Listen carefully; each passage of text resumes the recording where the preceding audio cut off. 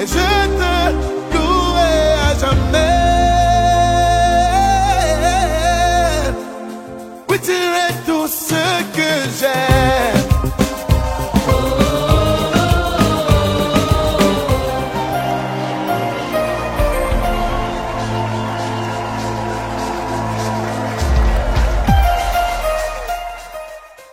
Que la faveur et la grâce soient sur chacun d'entre nous.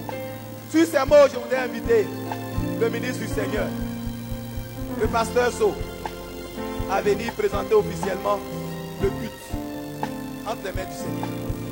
Oh Dieu, tu nous as soutenus, tu as combattu pour nous, tu as préservé nos vies, malgré nos faiblesses. Ta force nous a relevés. Et ce matin, nous venons pour t'être reconnaissants et pour t'offrir nos cœurs, pour t'offrir notre vie, pour venir à tes pieds, car nous voulons apprendre ce matin aussi à tes pieds. C'est pourquoi nous voulons inviter ton esprit à prendre le contrôle de nos cœurs, que nous soyons disposés ce matin, et que ta présence soit effective, et que chacun de nous puisse expérimenter le toucher de l'esprit. Afin que, Seigneur, au sortir de ce culte, chacun reparte à la maison plus que vainqueur. Oui, Seigneur, ta présence ce matin, c'est elle qui peut nous faire du bien. C'est pourquoi nous voulons nous te recommander toutes choses. Viens et sois le maître. Que ta puissance soit à l'œuvre ce matin. Que, Seigneur, tout ce qui voudra s'opposer à ce culte, morde la poussière. Car nous voulons que ton règne seul soit ce matin sur nous. Car là où ton peuple se rassemble, Seigneur, l'ennemi aussi veut agir. Mais nous savons que ce matin, nous sommes devant celui qui est ressuscité. Nous sommes ce matin devant celui qui a le dernier mot. Que ce matin, Seigneur, ton nom soit glorifié.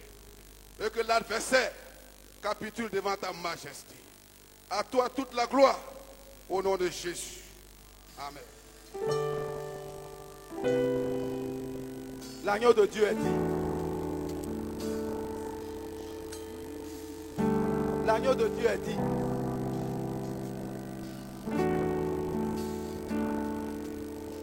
Les vieillards l'adorent.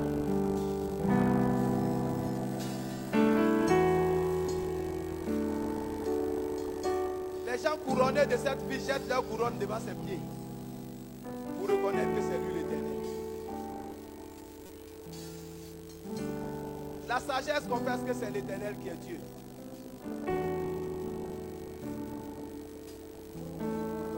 Le soleil est réparti chaque jour dans tout l'univers selon lui, sa volonté. Il répartit même les degrés dans chaque région, dans chaque espace. Seigneur, notre Dieu a dit de reconnaissance. C'est lui qui oriente la direction du vent. Il fait balancer les feuillages des arbres. C'est lui qui fait rugir, qui donne la nourriture aux animaux. C'est lui qui donne la pluie à sa saison. Il est bon de dire merci au Seigneur.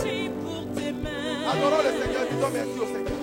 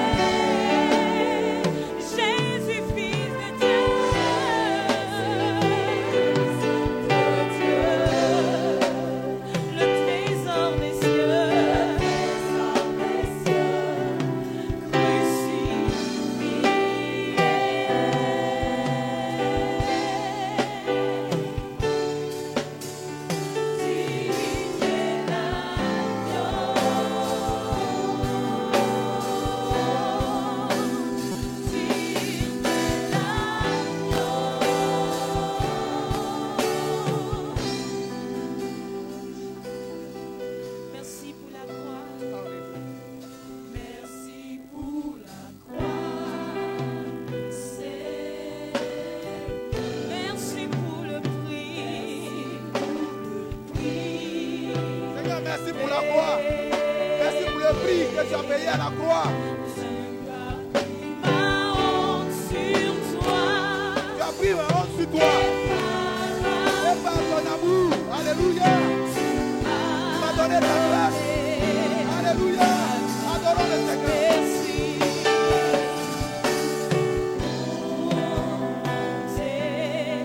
Merci pour tes mains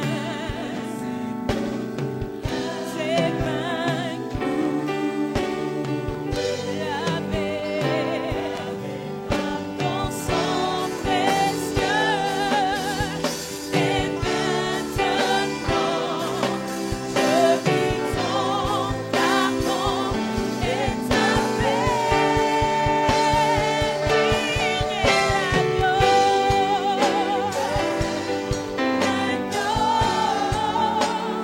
assis sur le trône,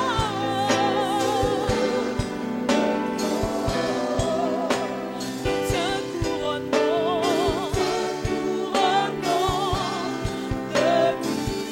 de couronne, tu règnes victorieux,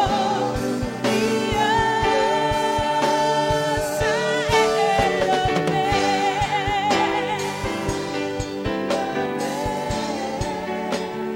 Jésus, Fils de Dieu,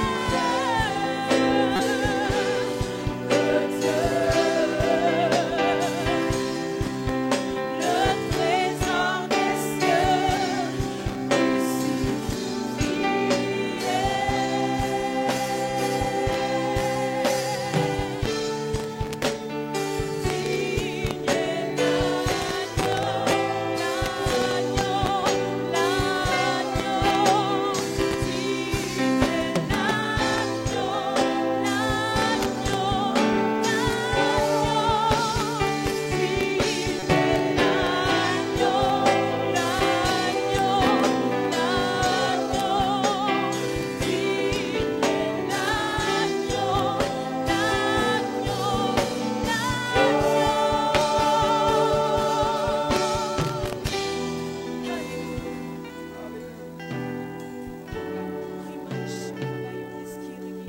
L'agneau de Dieu dit,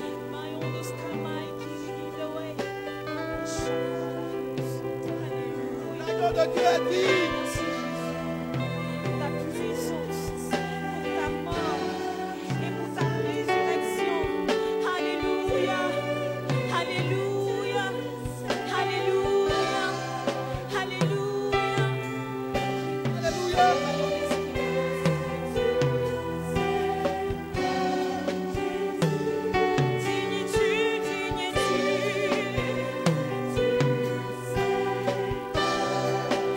Digne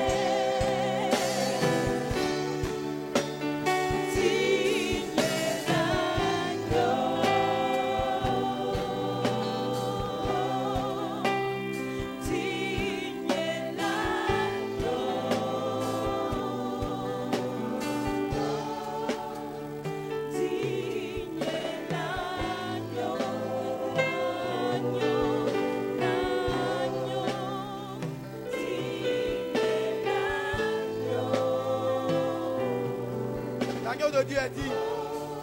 Adorons le Seigneur. Adorons le Seigneur. Adorons le Seigneur. Colossiens 2, à partir du verset 13. Nous qui étions morts par nos offenses, par la circoncision de notre chair, il nous a rendu la vie avec lui. Adorons le Seigneur en faisant grâce pour toutes nos offenses. Il a effacé l'acte dont les ordonnances nous condamnaient et qui subsistait contre nous. Il a détruit en le clouant à la croix. Il a dépouillé les dominations. Il a dépouillé les autorités. En les livrant en triomphe, en spectacle, en triomphant à la croix. Adorons ce Dieu qui nous a libérés, qui est digne de recevoir la gloire. Alléluia. Il a présent à nous. Béni soit ton nom, Seigneur. Sois élevé, Jésus. Sois exalté, Papa. Sois adoré, Dieu de ma vie. Alléluia. Alléluia. Alléluia.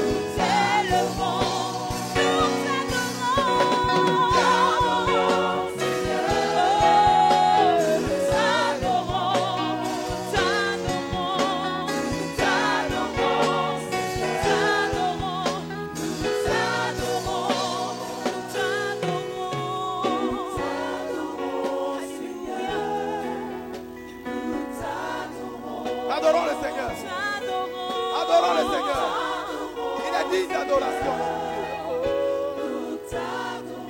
Que des voix s'élèvent pour dire à l'Éternel toute la reconnaissance. Seigneur, voici ma vie. Voici mon cœur, Seigneur. Voici mon cœur. Voici ma vie, Seigneur. Voici ma vie. Voici ma vie. Voici ma vie.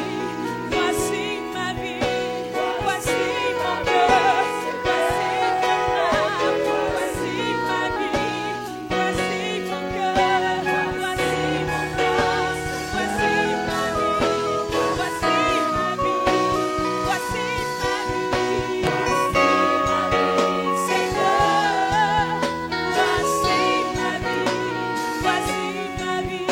Voici ma vie. Seigneur, voici ma vie. Prends la place qui te revient, le trône du roi vers toi. Jésus, nous t'adorons. L'agneau de Dieu est assis Prends sur la le trône. place qui te Adorons le revient, Seigneur. le trône du roi L'agneau de Dieu est assis sur le trône de gloire. Et il va recevoir ton adoration ce matin. Il va recevoir ta louange ce matin. Ta gloire. Le trône est environné d'un arc-en-ciel. Semblable à des émeraudes. Autour du trône. Je vis 24 trône. Sur ce trône. 24 vieillards étaient assis. Revêtus de vêtements blancs.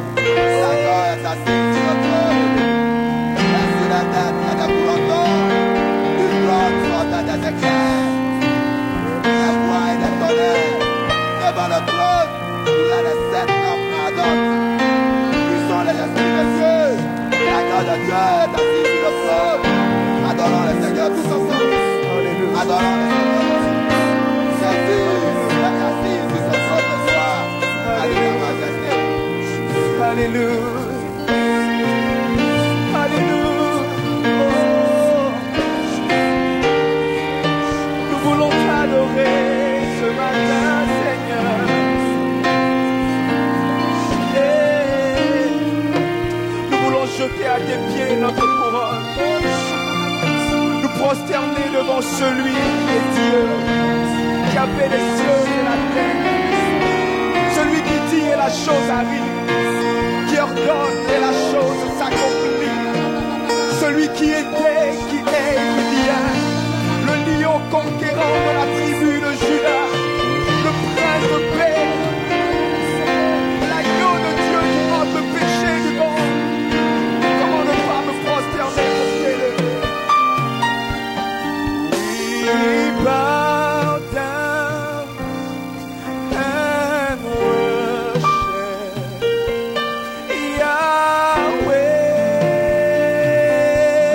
Yahweh. We bow down and worship Yahweh. Hallelujah. Oh Lord God, we bow Seigneur, down nous nous inclinons devant toi. and Nous t'adorons. Yahweh. Yahweh. Yahweh dit. Il a dit d'adoration. Adorons le Seigneur. We bow down and worship Yahweh. And I want to say, Yahweh, Yahweh.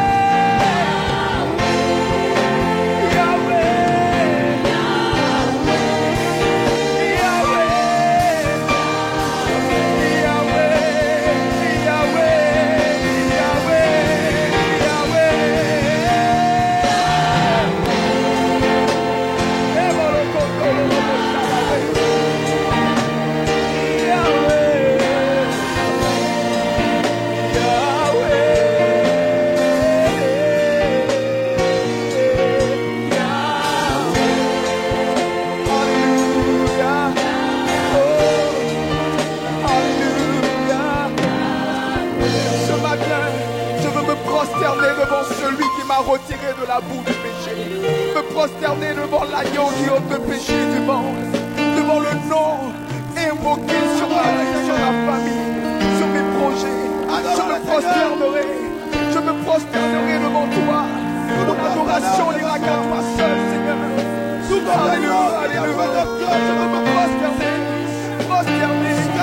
Prosterner. Prosterner. Dis-le avec nous. Prosterner, nous t'adorons. Dis avec nous, prosterner, nous t'adorons. Prosterner, nous t'adorons. Nous t'adorons. Yahweh. Dis-lui, prosterner, nous t'adorons. Prosterner, Seigneur, nous t'adorons.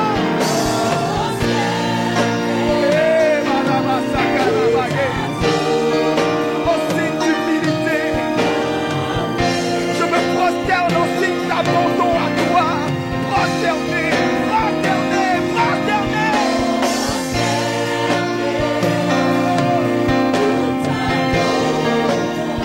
Yahweh, prosterner, prosterner.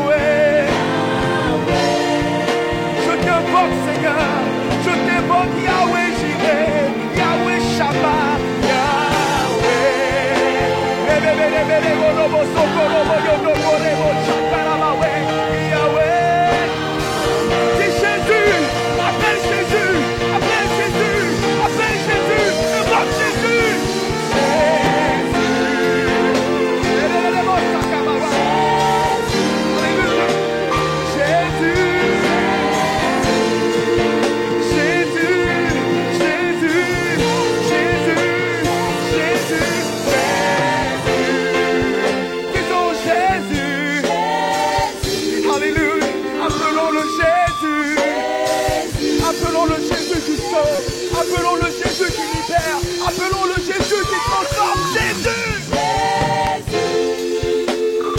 Jésus. Jésus.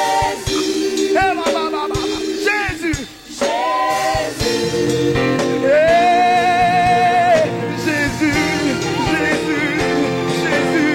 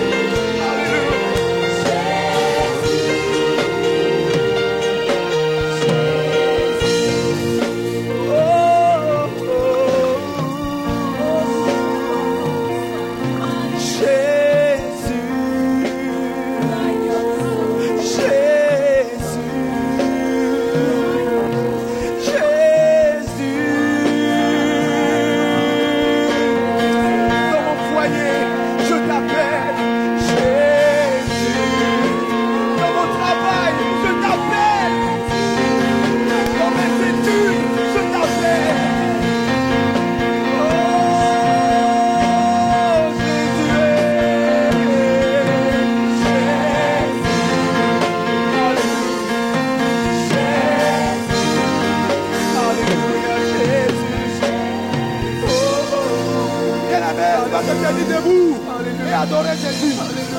Qu'on se tienne debout pour donner gloire à Jésus. Le Saint prosterné, nous adorons. Adore ton Dieu comme tu n'as jamais fait. Élève-nous et proclamons Jésus, je vous attends pas. Adorons le Dieu vivant. C'est lui qui nous a délivrés du filet de l'oiseleur. C'est notre pourvoyeur. C'est le malheureux cri, l'Éternel attend. Et il est délivre de toutes ses soupirs. C'est lui le vrai Dieu. Sa gloire est suffisante pour donner au ciel toute sa lueur. Quand il ouvre, une ne peut fermer. Quand il ferme, une ne peut ouvrir. Quand il donne, une ne peut arracher. Quand il arrache, il ne peut donner. Quand il bénit, sa bénédiction enrichisse. Et ne se font suivre aucun chagrin. C'est lui le véritable Dieu. Il a dépouillé les dominations, les autorités. Tu nous as livrés du plus beau spectacle. En triomphant de la croix.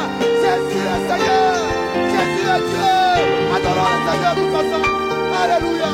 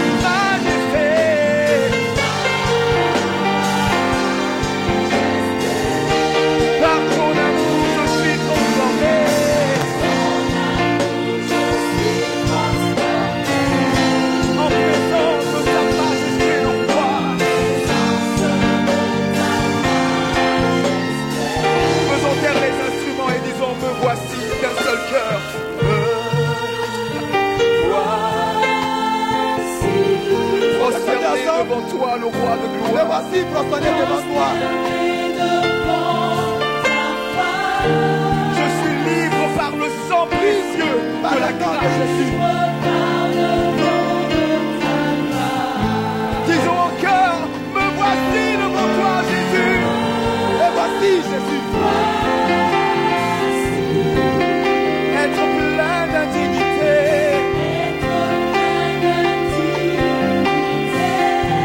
Mais par la foi en toi, justifié.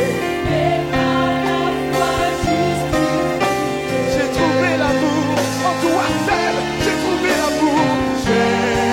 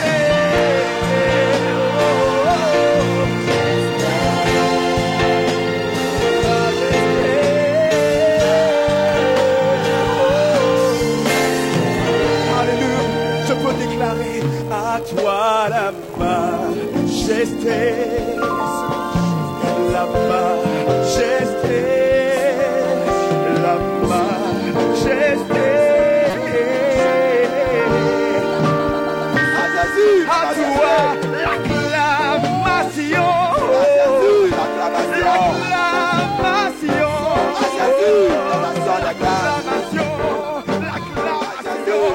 L'acclamation. À toi l'acclamation.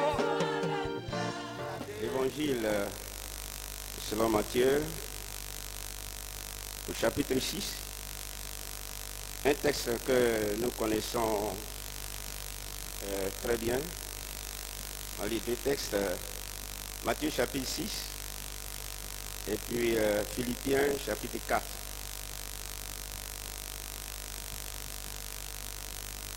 À partir de verset 24, les nul ne peut servir deux maîtres, car ou il haïra l'un et aimera l'autre, ou il s'attachera à l'un et méprisera l'autre. Vous ne pouvez servir Dieu et maman. Le verset 25, c'est pourquoi je vous dis, ne vous inquiétez pas pour votre vie, de ce que vous mangerez, ni pour votre corps, de quoi vous serez vêtus. La vie n'est-elle pas plus que la nourriture et le corps plus que le vêtement? Regardez les oiseaux du ciel.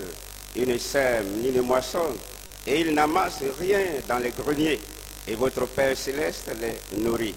Ne valez-vous pas beaucoup plus que qui de vous, par ses inquiétudes, peut ajouter une coudée à sa durée, ou bien à la durée de sa vie? Et pourquoi vous inquiétez au sujet du vêtement? Considérez comment croissent les lits des champs. Ils ne travaillent ni ne filent. Cependant, je vous dis que Salomon même, dans toute sa gloire, n'a pas été vêtu comme l'un d'eux.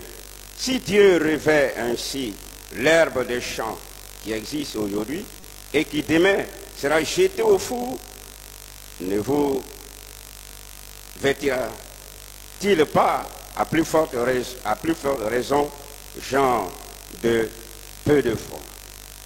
Ne vous inquiétez donc point et ne dites pas, que mangerons-nous, que boirons-nous, de quoi seront nos vêtus, car toutes ces choses, ce sont les païens qui les cherchent, qui les recherchent. Votre Père céleste sait que vous en avez besoin. 33. Cherchez premièrement le royaume et la justice de Dieu, et toutes ces choses vous seront données par-dessus. Ne vous inquiétez donc pas du lendemain, car le lendemain aura soin de lui-même. À chaque jour suffit sa paix. Amen.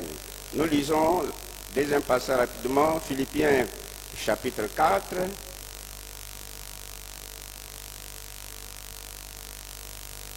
Cette lettre écrite par Paul, l'église de Philippe, Philippiens chapitre 4.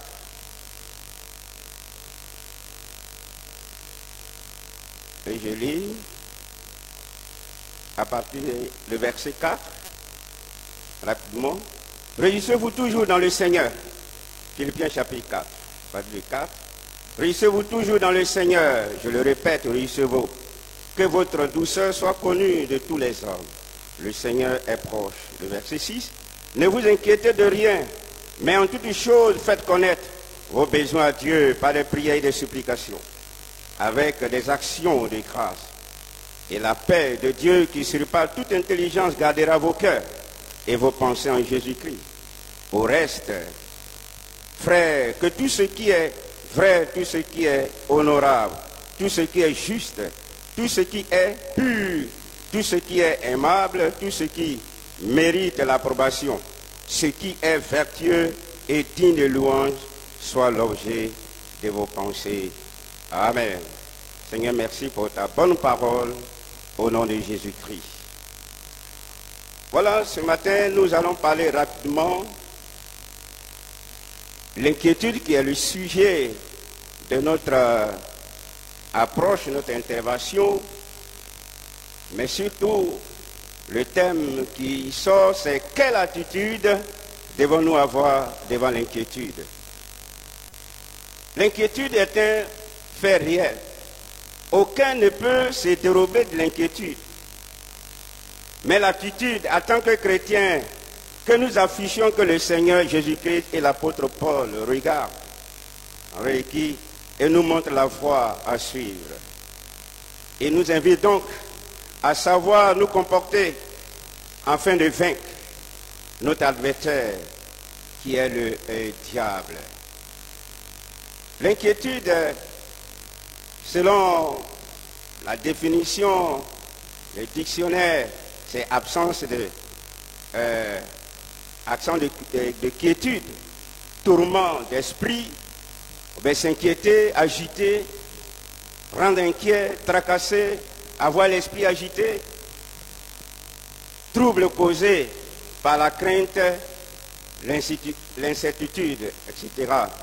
Et synonyme, on parlera de affolement, agitation, alarme, anxiété, crainte, peur, préoccupation, souci, etc., etc.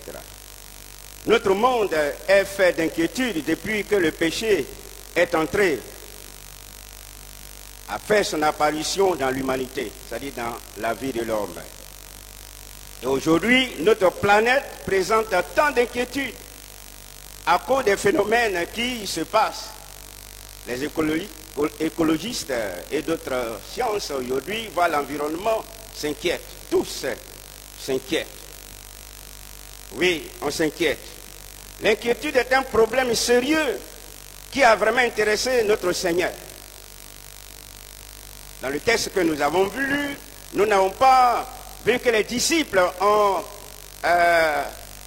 posé des questions au Seigneur à propos de ce phénomène si terrible, ce fait si réel que nous côtoyons chaque jour.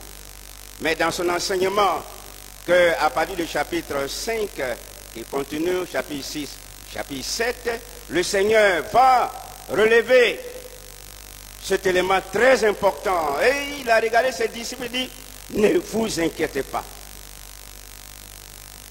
Oui. Et comme nous l'avons l'autre texte aussi, Paul aussi va aussi s'intéresser à ce sujet-là. Quelle attitude devons-nous avoir devant l'inquiétude? D'abord, on commence rapidement avec le Seigneur. Dans le texte que nous avons lu, et le Seigneur voudrait le verset 25 et le verset 28, 27, 28, le Seigneur fait cette remarque, mais le premier élément que je voudrais souligner, c'est qu'il faut avoir une attitude d'un acte d'assurance en comptant sur Jésus-Christ, en ayant confiance à sa personne sans faille. C'est ce qu'il dit 25, 27. Mais il dit, c'est pourquoi je vous dis, ne vous inquiétez pas pour votre vie et de ce que vous mangerez, ni pour votre corps. Et continue. Et il dit, si on s'inquiète, est-ce que nous avons le pouvoir d'augmenter 50 cm ou bien quelques petites tirées sur notre vie? Voilà la grande question. Et le Seigneur prend les éléments que nous côtoyons parce qu'il va utiliser la nourriture, il va utiliser les vêtements. Parce que c'est lié à notre corps, c'est lié à l'existence, c'est lié. Je ne sais pas si ce matin quelqu'un s'inquiète. Il s'inquiète de beaucoup de choses parce que nous faisons partie de cette vie. Qui que nous soyons, c'est un élément que personne ne peut éviter, mais la façon de voir, la façon d'aborder, c'est ça qui est très intéressant dans ce texte. Et c'est ce que le Seigneur veut nous faire comprendre. Il veut que nous ayons cette assurance. Et vous savez, le Seigneur, il emploie l'impératif. C'est-à-dire tout ce qui est raisonnement, tout ce qui est... Vous savez, c'est le raisonnement, c'est sur cela. C'est le raisonnement au niveau de l'intellect, de l'âme que le diable a fait tomber la femme. Quand il a tenté sur le raisonnement, est-ce que Dieu a réellement dit? Pourtant Dieu avait dit. Il a sémé le doute et elle a commencé à faire un débat théologique un raisonnement. Vous savez, quand le raisonnement s'empare de nous, vous savez, c'est dans notre esprit que nous adorons Dieu. Dieu vient dans notre esprit et nous l'adorons et nous sommes en communion avec lui. Et nous avons cette intuition très forte qui fait partie d'ailleurs de l'omniscience de Dieu. Et cela influence nos raisonnements, notre personnalité, notre âme. Et lorsque notre raisonnement reste seulement au niveau de nos raisonnements, alors ça devient un problème. Si nous n'acceptons pas la parole comme elle est écrite,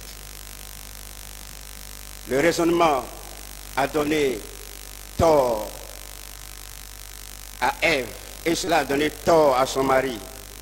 Et par solidarité, les choses. Et depuis ce jour, dans notre monde, l'inquiétude est un fait réel, mais le Seigneur, lui qui connaît toutes les choses et qui connaissait ses disciples, dit, ne vous inquiétez de rien. Pour faire face à l'inquiétude, qui est une menace sans merci, le Seigneur rassure les disciples afin d'éviter de se soucier, de s'agiter, de se tracasser, d'éviter l'anxiété. Oui, ce matin, quelle est ta position? Tu t'inquiètes de beaucoup de choses. Tu t'inquiètes, il y a certains même, quand ils commencent à grossir, ils s'inquiètent. Ils ne grossissent pas aussi, ils s'inquiètent. Tout cela. Quelle est ton inquiétude ce matin? Mais le Seigneur voulait simplement te rassurer. Ne t'inquiète pas. Il veut simplement te dire, il y a une porte très importante ouverte. Comment tu dois faire face, c'est de faire confiance en lui, compter sur lui.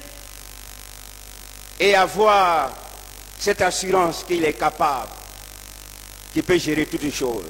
Deuxième élément rapidement, dans ce passage, toujours avec le Seigneur, il faut avoir une attitude en comptant sur le pourvoyeur par excellence, qui est Jésus-Christ. Il dit, mais les oiseaux, il prend un exemple. Les oiseaux, ils sont beaux, on les voit, ils n'ont pas de grenier, mais pourtant ils mangent. Voyez comment le Seigneur met la barre. Il met la barre très haute pour nous montrer qu'il est important de compter sur lui, parce que l'oiseau que nous voyons, si quelqu'un a vu déjà un oiseau qui est en train de faire un chant, avoir les greniers, appelez-moi. Et je serai très heureux d'avoir une nouvelle découverte. Mais pour l'heure, je ne pense pas. Parce que Dieu l'a dit, et je vois chaque jour les oiseaux, ils sont partout, je n'ai pas encore vu. En Côte d'Ivoire, peut-être je ne sais pas si aux États-Unis il y a des oiseaux qui font chant. Mais pour l'heure, je ne suis pas encore arrivé là-bas, donc, mais je connais ici un peu, en Côte d'Ivoire, un peu seulement. Le Seigneur veut nous montrer que il y a un élément très dangereux. Vous savez, les soucis peuvent causer les maladies. Beaucoup de choses. Et à cause des soucis, beaucoup sont obligés de se livrer à l'ennemi, à ses œuvres. Oh, le Seigneur voudrait ce matin. Et il te dit, pourquoi t'inquiètes-tu? Où est ton problème? Il dit, sois rassurant, il est pourvoyeur de toutes choses et il est prêt à s'occuper de toi. Oui, Dieu s'occupe de nous. Qu'on soit veuve, qu'on soit orphelin, Dieu s'occupe.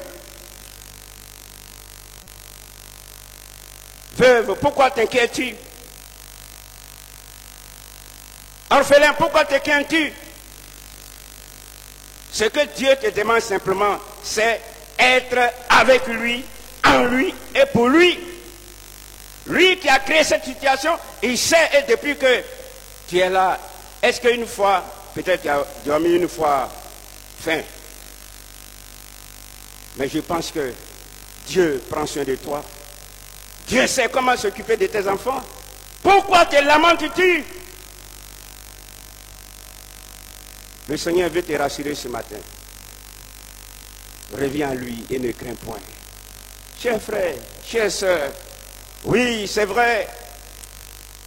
Il y avait une sœur, et lorsque on priait pour qu'elle gagne un frère pour se marier. Ah, c'était pas facile. Je ne parle pas du Cogodi ici, hein, parce que ça fait longtemps. Hein. Et la sœur, elle n'a pas honte. Hein. Aujourd'hui, vous avez honte de dire à un frère, priez pour moi. Vous, aujourd'hui, là, vous êtes... je ne sais pas comment vous qualifiez. Bon, comme il y a des faux frères aussi, quand on leur dit, il faut prier pour moi. Dieu, ça fait des mariages qui est dans sa tête. Ça, là, on n'a rien compris de l'évangile. Parce que quand la Bible dit, soutenez-vous les uns les autres, priez pour les uns les autres. C'est vraiment important. Il dit, alors, frère Maurice, priez pour moi. Il dit, ah bon? Il y a quoi? Il dit, mais j'ai besoin de me marier. Il dit, ah, cher ami, c'est pas forcé aussi, hein, mais de toute façon, je vais prier pour toi. Et nous avons prié. Dieu a permis qu'elle soit mariée. Et puis elle a commencé à grossir. Elle dit, oh, j'ai grossi. Elle dit, ah bon, il faut te créer un problème, il faut te créer un souci. Chaque matin, tu te soucies. Le soir, après midi, jusqu'à ce que tu n'as plus à manger, tu vas maigrir, tu vas voir. Tu cherches souci. Souci là, tu cherches là. Il faut te créer un problème. Si tu ne veux pas maigrir. S'il y a quelqu'un qui veut faire l'expérience, créez-vous un souci. Vous allez voir, vous n'avez plus l'appétit. Le cœur, là, va même, le ventre va avoir tous les problèmes. Avoir une attitude très importante et sérieuse vis-à-vis de l'inquiétude. Et le Seigneur nous invite, le pourvoyeur. Il faut avoir une attitude des hommes et des femmes de foi comptant sur sa providence divine, des femmes et des hommes qui comptent sur la providence divine. C'est Dieu qui gère toutes les choses. Quand tu t'inquiètes, oui, je n'ai pas d'enfant, tu fais palabre à la maison, tu boudes. Est-ce que tu peux fabriquer un enfant? Est-ce que tu peux fabriquer un enfant? Est-ce que tu peux faire quelque chose? Oui, les Blancs aujourd'hui, ils essaient de faire leur science. C'est vrai. Ils essaient d'essayer un peu de soulager les gens. Mais ce qui vient de Dieu, c'est ça qui est pur.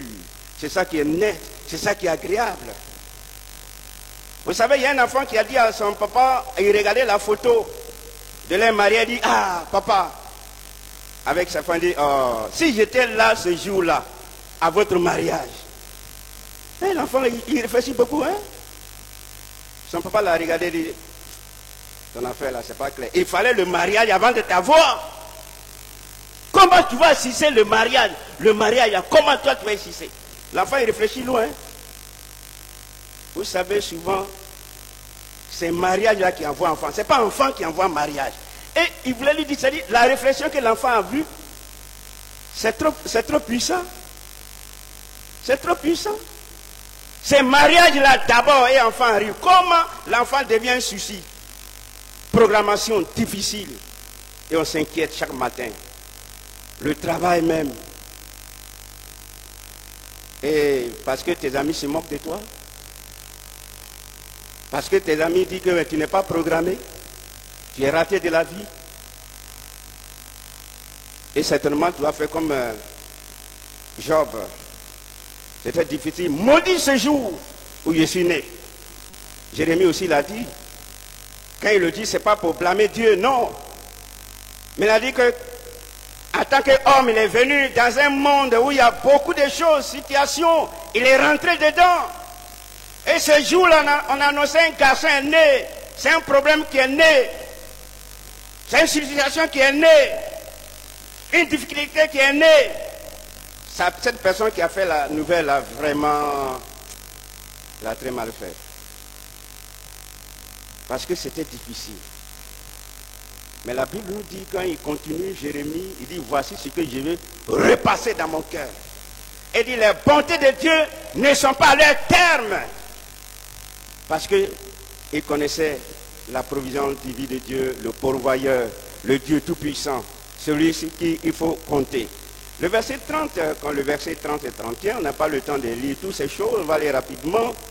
Quand il parle de si Dieu revêt ainsi l'herbe des champs, etc., et fait cette comparaison entre Salomon et les fleurs qui ne tissent pas.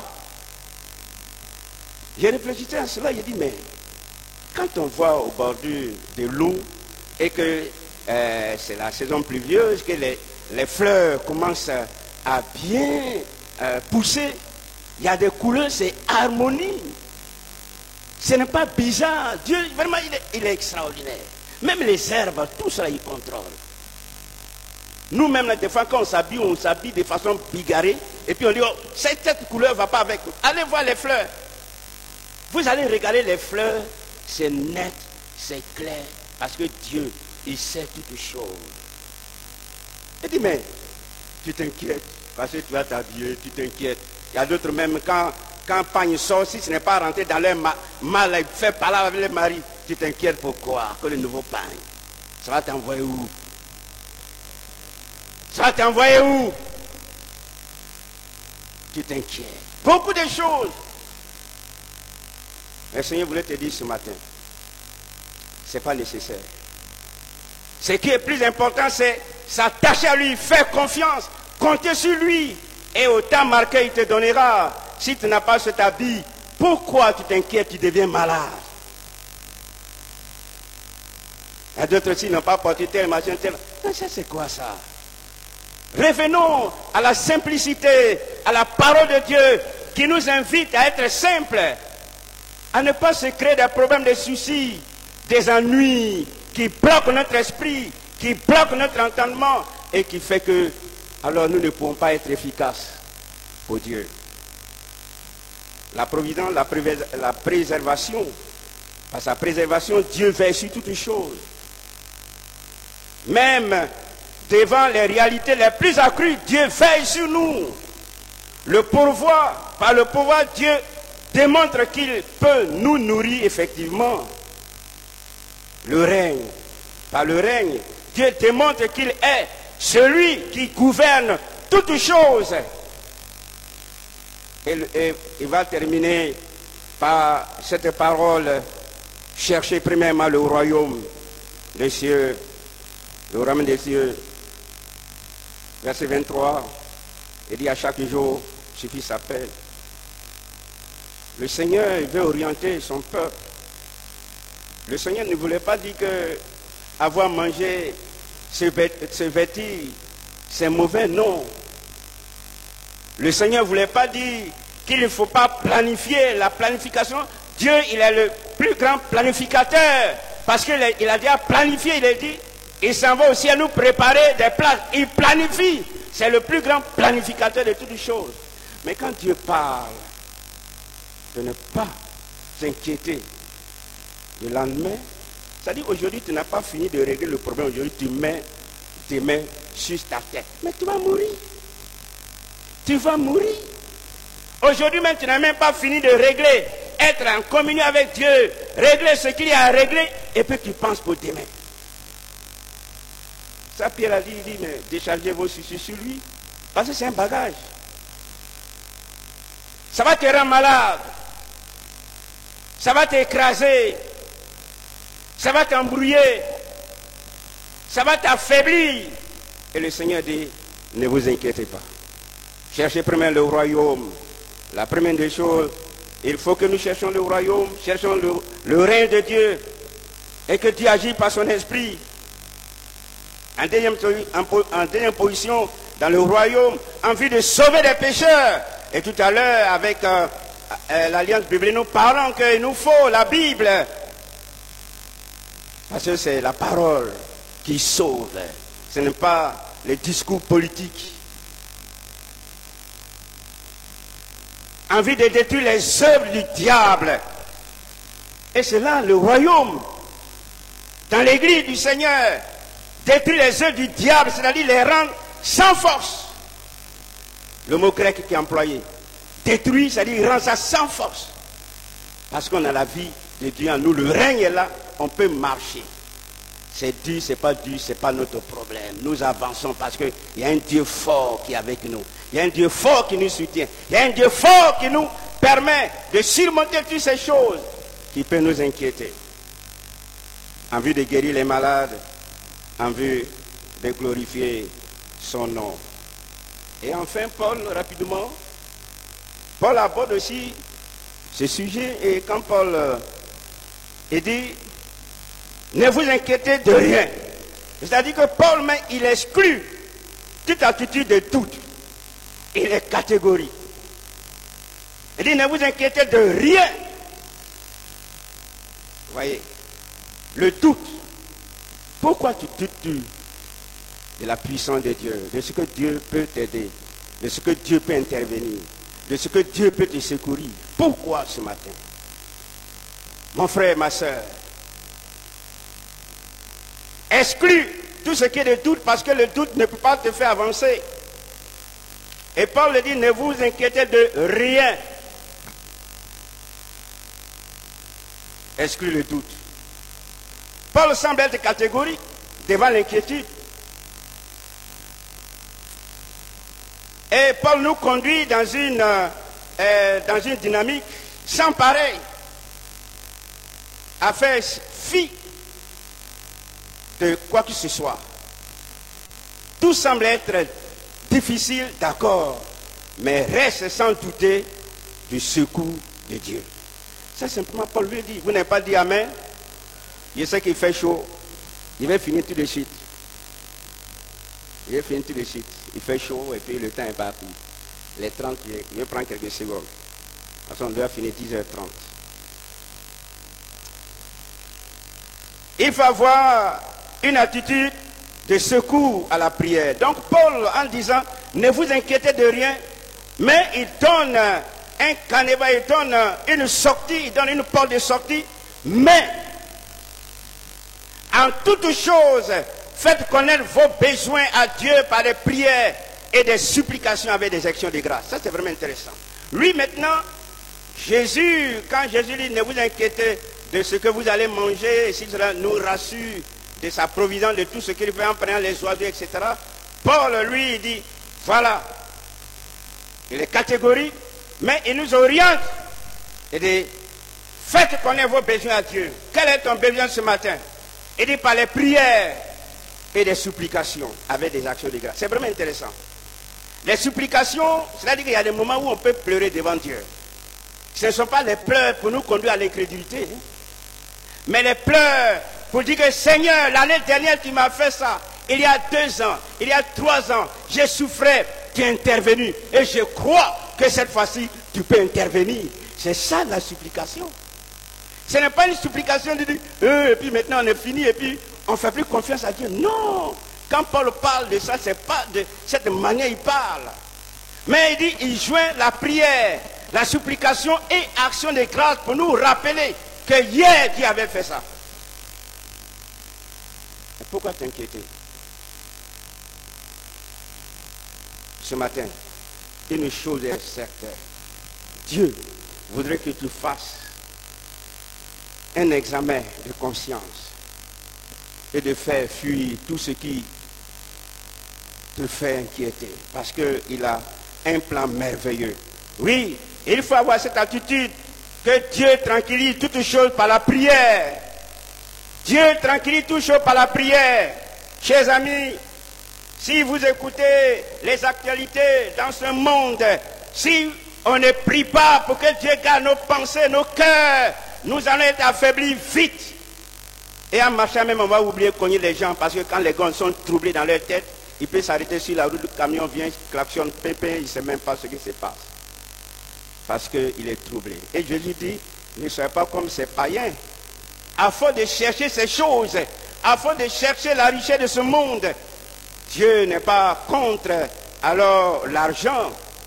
Mais quand on devient serviteur de l'argent, c'est ça qui est dangereux. C'est-à-dire qu'on met l'argent au même titre que Dieu, c'est très dangereux. Et c'est ce que le Seigneur combat. Chacun de nous a besoin de l'argent. Chacun de nous pour un service bien précis. Voilà, l'Alliance biblique nous a parlé tout à l'heure. Nous sommes en construction. Mais on ne met pas l'argent au même titre que Dieu. Dieu au-dessus de tout. C'est pourquoi il y a des gens qui s'embrouillent. Quand on leur dit de faire l'œuvre de Dieu au lieu de se taire, si tu n'en as pas, tais-toi. Il ne faut pas murmurer et passer de maison en maison pour décourager les autres. Ce sont les gens qui mettent Dieu au même niveau que l'argent, malheureux, misérable. Ils ont besoin de changer.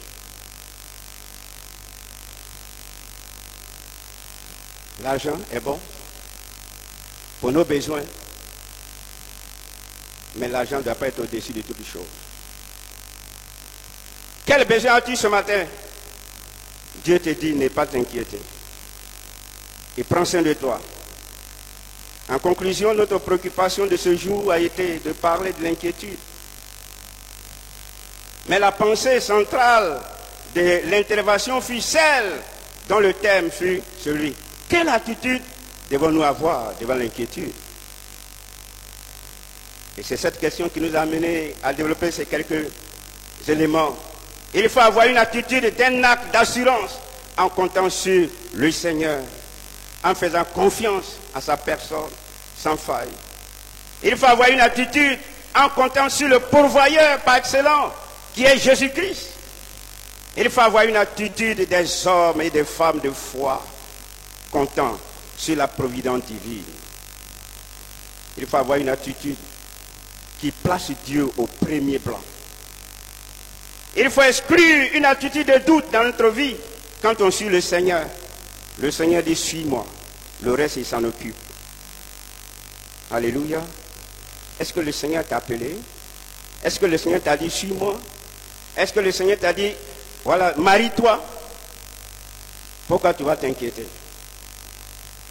Tu t'es marié? Celui qui t'a dit te marier, comme sur lui. Tu t'es marié, ça fait combien d'années? Pourquoi t'inquiètes-tu? Le pourvoyeur de toutes choses te dit ce matin, ne t'inquiète pas. Il sait de quoi tu souffres. Il sait de ce que tu as besoin. Simplement, fais-lui confiance. Que son seul nom soit béni. Amen. Nous allons prier le Seigneur. Béni soit ton nom, notre Dieu. Merci. C'est vrai, aujourd'hui, l'inquiétude bat son plein. C'est un fléau, c'est un danger qui menace ce monde. Et l'Église n'est pas épargnée parce que nous sommes encore sur cette terre. Mais merci de nous donner une porte ouverte, une bonne porte par où il faut passer. Merci de ce que tu nous montres quelle attitude avoir devant ce fléau qui menace ce monde et qui aujourd'hui menace aussi l'Église, menace nos vies. Mais ce matin, tu nous rassures que tu es le Dieu pourvoyeur, tu es le Dieu tout-puissant, tu es le Dieu qui est capable de gérer notre vie, de gérer nos affaires, de gérer tout ce qui nous concerne. Seigneur, si quelqu'un ce matin était dans un désespoir quelconque, rassure cette personne.